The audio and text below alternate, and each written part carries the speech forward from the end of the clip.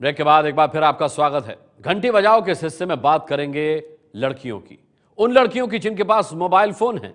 आपको सावधान करने वाली खबर दिखाएंगे, उससे पहले हमारे सवाल का जवाब दीजिए।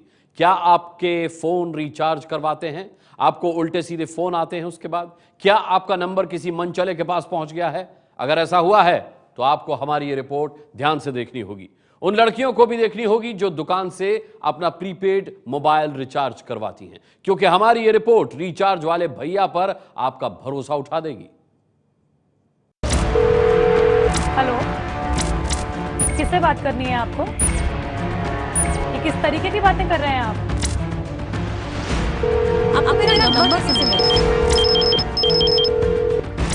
आपकी हिम्मत कैसे हुई?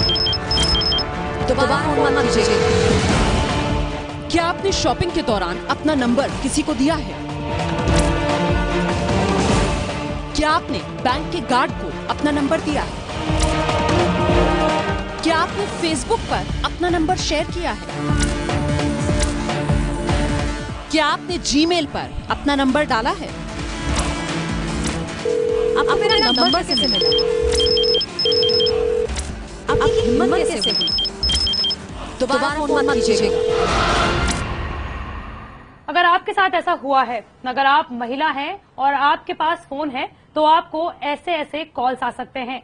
आपको ऐसे फोन से सावधान रहने की जरूरत है, क्योंकि चंद पैसों में कोई आपका फोन नंबर किसी को बेच रहा है। रिचार्ज कराया नहीं और उधर कॉल आने शुरू हो गए। ये बिल्कुल सही बात है कि जहां से हम रिचार्ज कराते हैं नंबर, वहीं से हमारे नंबर सर्कुलेट होते हैं।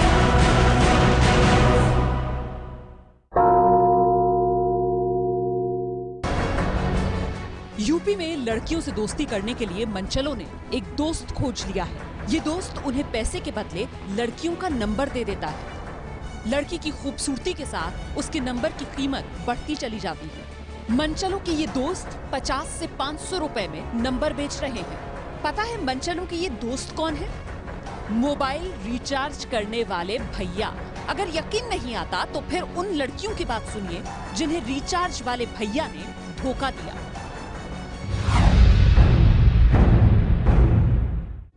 लखनऊ की रहने वाली छाया सिंह रिचार्ज वाले भैया की शिकार बन चुकी है। आखिर में उन्होंने अपना नंबर बदला, तब जाकर उन्हें राहत मिली। जब मैं कॉलेज में पढ़ती थी तो ये मेरे साथ बहुत ज़्यादा होता था। मुझे यहाँ तक समझ लीजिए कि हर तीसरे दिन मुझे अपना नंबर चेंज करना पड़ता था। इसके बाद जब नंबर हम चेंज करते थे तो अपने जानने वालों को ही नंबर देते थे।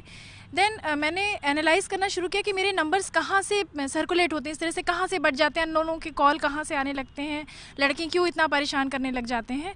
जब एनालाइज़ किया तो मेरे सामने यही बात है कि मैं जहाँ से नंबर रिचार्ज कराती हूँ ये नंबर वहीं से बढ़ते थे। इसके बाद मैंने प्लेस चेंज किया और ये प्रॉब्लम मेरी ख़त्म हो गई। लेकिन छाया की तरह ही रिचार्ज भैया की करतूत की शिकार तहिया भी है। तहिया के मुताबिक मोबाइल रिचार्ज कराने के दौरान इन्होंने दुकानदार को नंबर क्या दिया, इनके पास दोस्ती करने के लिए फोन कॉल्स की बाढ़ आ गई। रिचार्ज कराती हैं लड़कियां, वहां से उनके नंबर बांटे जाते हैं और ये चीज़ पूरी तरीके से सच है। यहाँ तक कि आधे ज़्यादा लड़कियों आप पूछें तो ऐसा हुआ होगा उनके साथ। मेरा फ्रेंड है कॉलेज है जिसने ये चीज़ मुझसे शेयर करी। जब मैंने उससे पूछी कि तुम्हें इस लड़की का नंबर कैसे मिला, तो उसने कहा उसने वहाँ से रिचार्ज कराया था और मैंने उस भैया से नंबर लिया। तो मैंने छाया और तहिया तो रिचार्ज भैया से छुटकारा पाने में कामयाब हो गई, लेकिन अर्शी इस मामले में इतनी खुशनसीब नहीं निकली। आखिरकार शिकायत दर्ज करवानी पड़ी अर्शी को। कुछ दिन पहले ही रिचार्ज करवाया था, तो जो रिचार्ज करने भैया थे उनसे नंबर तो दिया, लेकिन पता नहीं कैसे लीक हो गया। फिर उनसे नंबर किसी और के पास चला गया। फिर थोड़े से मैसेजेस आने लगे, फिर कॉल आने लगी। फिर हमने मना किया तो नहीं माने। फिर हमने यहाँ पे सीधे 1090 पे कॉल करके बताया, तो यहाँ से थोड़ा सा रिलीफ। अब मैसेजेस नहीं आते, ना कॉल आती है ऐसे। यूपी पुलिस की वुमेन पावर लाइन यानी 1090 में 6,61,129 लड़कियों ने शिकायत दर्ज करवाई, जिसमें छानबीन के दौरान पुलिस को ये बात पता लगी। कुछ लोग ऐसे होते हैं जो कि हमारे प्रोसेस में आ जाते हैं और उनसे हम लोग पता लगाने की कोशिश करते हैं कि भाई ये नंबर जो तुम्हें मिला है कहाँ से मिला है। इन लड़कों ने ये बताया कि उनको नंबर जो मोबाइल फ़ोन जो रिचार्ज करते हैं कूपन, उन लोगों ने हमको ये नंबर दिया है। आईजी नवनीत सिकेरा के मुताबिक लड़कियों का नंबर देने के मामले में सिर्फ रिचार्ज वाले भैया ही आगे नहीं, शॉपिंग या बैंकिंग के दौरान दिए जाने वाले नंबर भी गलत लोगों तक पहुंच सकते हैं। नवनीत सिकेरा के मुताबिक महिलाओं को अपना मोबाइल नंबर सोशल साइट्स पर भी शेयर करने से बचना चाहिए। लड़कियों को ये हम एडवाइस करते हैं कि वो अपना फ़ोन ऑनलाइन रिचार्ज कराएं ताकि उनका नंबर कहीं ना जाए। वो अपना नंबर किसी कूपन वाले को ना दें, कूपन भरवाते हैं ना लोग, क्योंकि उससे उनका नंबर का मिसयूज होने के चांसेस बढ़ जाते हैं। तो ये एडवाइजरी हमने जारी की है कि लड़कियां अपना मोबाइल फ़ोन या शॉपिंग वगैरह करती हैं तो जो रिलायबल जगह पे हैं उसके अलावा किसी को अपना मोबाइल नंबर शेयर ना करें। यूपी पुलिस की जांच में एक और चौंकाने वाली बात सामने आई है और वो ये है कि जिन लोगों को छेड़खानी के मामले में जेल भेजा गया उनमें 68% लोगों की उम्र 45 साल से ऊपर है। ये आंकड़ा हमें बताता है कि महिलाओं के प्रति सिर्फ कुछ नौजवान मंचलों के दिमाग में ही गंदगी नहीं है, अधेड़ उम्र के लोग भी लड़कियों को परेशान करने में पीछे नहीं है। तो ऐसे रिचार्ज भैयाओं से सावधान हो जाइए। आगे बढ़ते हैं। क्या कोई गरीब एक महीने में 21 लाख रुपए अपने इलाज पर खर्च कर सकता है? क्या कोई गरीब एक साल में 2.5 करोड़ रुपए अपनी बीमारी पर खर्च कर सकता है? आपको लग रहा होगा कि हम ये क्या बात कर रहे हैं, लेकिन अब हम जो आपको बताने जा रहे हैं उसे ध्यान से सुनिए और देखिए, क्योंकि सरकार की एक ऐसी बीमा योजना है जो प्राइवेट कर्मचारियों का मुसीबत में सुरक्षा चक्र है। धर्मेंद्र और विशाल हर महीने बीमारी पर 21 लाख रुपए का खर्च। एक महीने का 15 लाख 59,000 कुछ रुपए है और MPS 1 बीमारी है जो मेरे भाई को भी है, उसका 5,84,000 लगता है। हम इस बीमारी के लिए इतना पैसा हम खर्च नहीं कर सकते। श्याम सुंदर दिव्यांग होने पर हर महीने 1,300 रुपए की पेंशन। सारा कुछ सरकार से हुआ मेरे को और ESI से मेरे को कुछ नहीं पैसा लगा, एक पैसे नहीं लगा। जिस देश में बीमार होना किसी गुनाह से कम न हो, उस देश में महंगा इलाज अगर मुफ्त हो जाए तो फिर इसे चमत्कार ही कहा जाएगा। आपकी टीवी स्क्रीन पर दिख रहे ये चेहरे इस बात की मिसाल है कि भारत में गरीब भी महंगे से महंगा इलाज करवा सकता है। जरूरत है तो बस थोड़ा जागरूक रहने की और ESI यानी कर्मचारी बीमा निगम से जुड़ने की। ESI बीमा मुश्किल वक्त में आपका कैसे सहारा बन सकता है, ये बताएं उससे पहले इसका फायदा देखिए।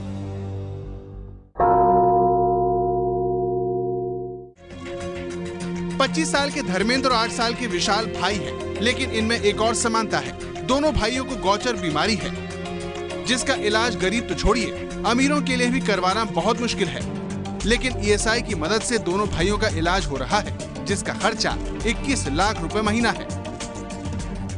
दोनों भाइयों का लेके तकरीबन 21 लाख रुपए खर्च लगता है, जो हमारे पापा जी ने ESI हॉस्पिटल में कार्ड बनवाया और जो कोर्ट आने के बाद हमको ये दवा मिल रही है। कोर्ट नहीं आते तो ये दवा भी हमको नहीं मिल पाती।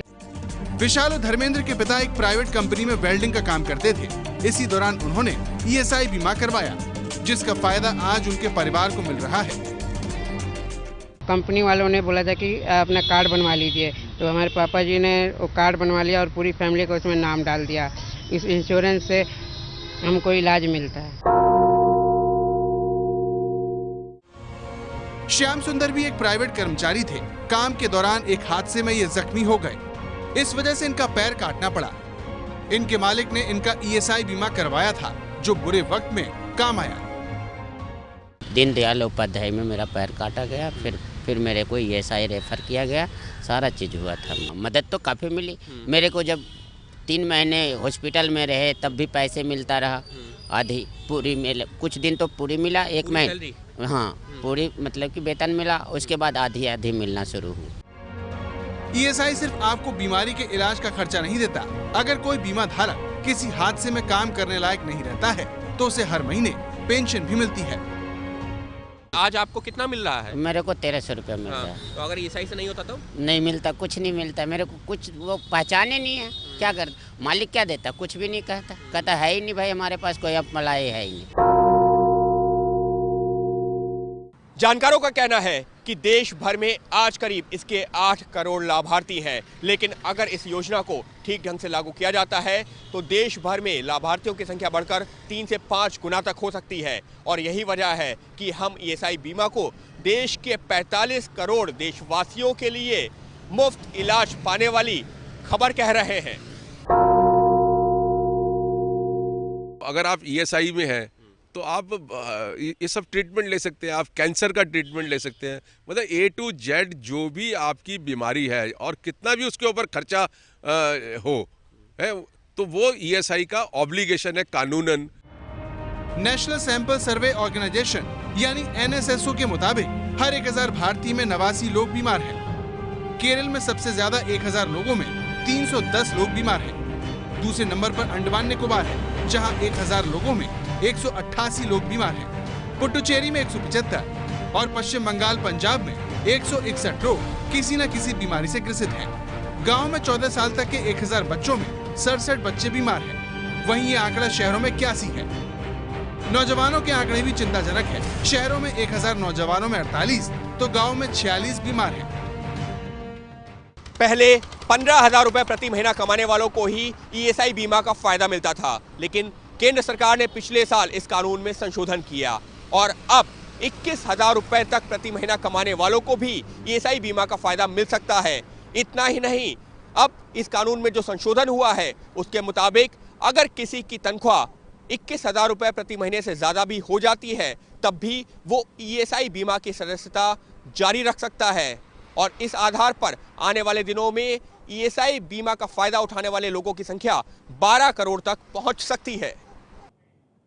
तो जिस देश में 1600 लोगों पर एक डॉक्टर हो, उस देश में ऐसी बीमा योजना किसी वरदान से कम नहीं है। जरूरत है तो बस सरकार की योजनाओं को जानने की। ऐसे में हमारी सरकार को सलाह है कि वो जनता को अपनी योजनाओं की जानकारी देने के लिए एक अलग से विभाग खोले, ताकि सही लोग योजनाओं का लाभ उठा सकें, फायदा उठा सकें। चलिए, कल घंटी बजाओ अपने शो में हमने लाइक वाले लुटेरों का भंडाफोड़ किया था। आपको सावधान किया था ABP न्यूज ने कि कैसे एक ठग ने 7 लाख लोगों को 3,700 करोड़ का चूना लगा दिया। इस खबर पर हम लगातार नजर बनाए हुए हैं और आज भी इस सिलसिले में आयकर विभाग ने छापेमारी की है। साथ ही सनी लियोनी और अमीषा पटेल जैसे सितारों के साथ मुख्य आरोपी अनुभव मित्तल की तस्वीरें भी सामने आई हैं।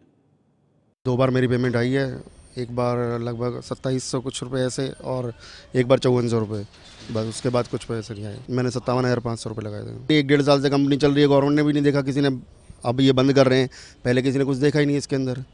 मैंने करा, फिर और कई लोगों को रिकमेंड करा, फिर सब ने करा, 4 लोगों को मैंने भी रिकमेंड करा, उन्होंने पैसे लगाए।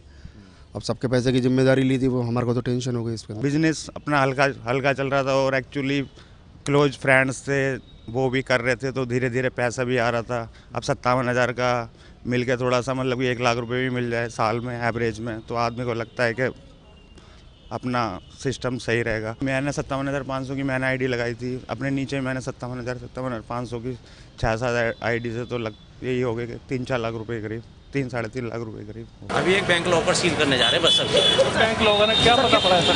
अभी कुछ नहीं करते ना, चल रहा है, कार्रवाई चल रही है। अभी कार्रवाई जैसे ही शाम पूरी आएंगी तो उसमें तो सर कहाँ बैंक लॉकर देंगे? अभी तो एक ही पता चला है, तो सिंडिकेट बैंक का बिलखवा में है वो। हाँ, 3,700 करोड़ की इस महाठगी का मुख्य आरोपी अनुभव मित्तल एक वीडियो में सफाई पेश करता दिख रहा है। ये वीडियो भी आपको दिखाते हैं।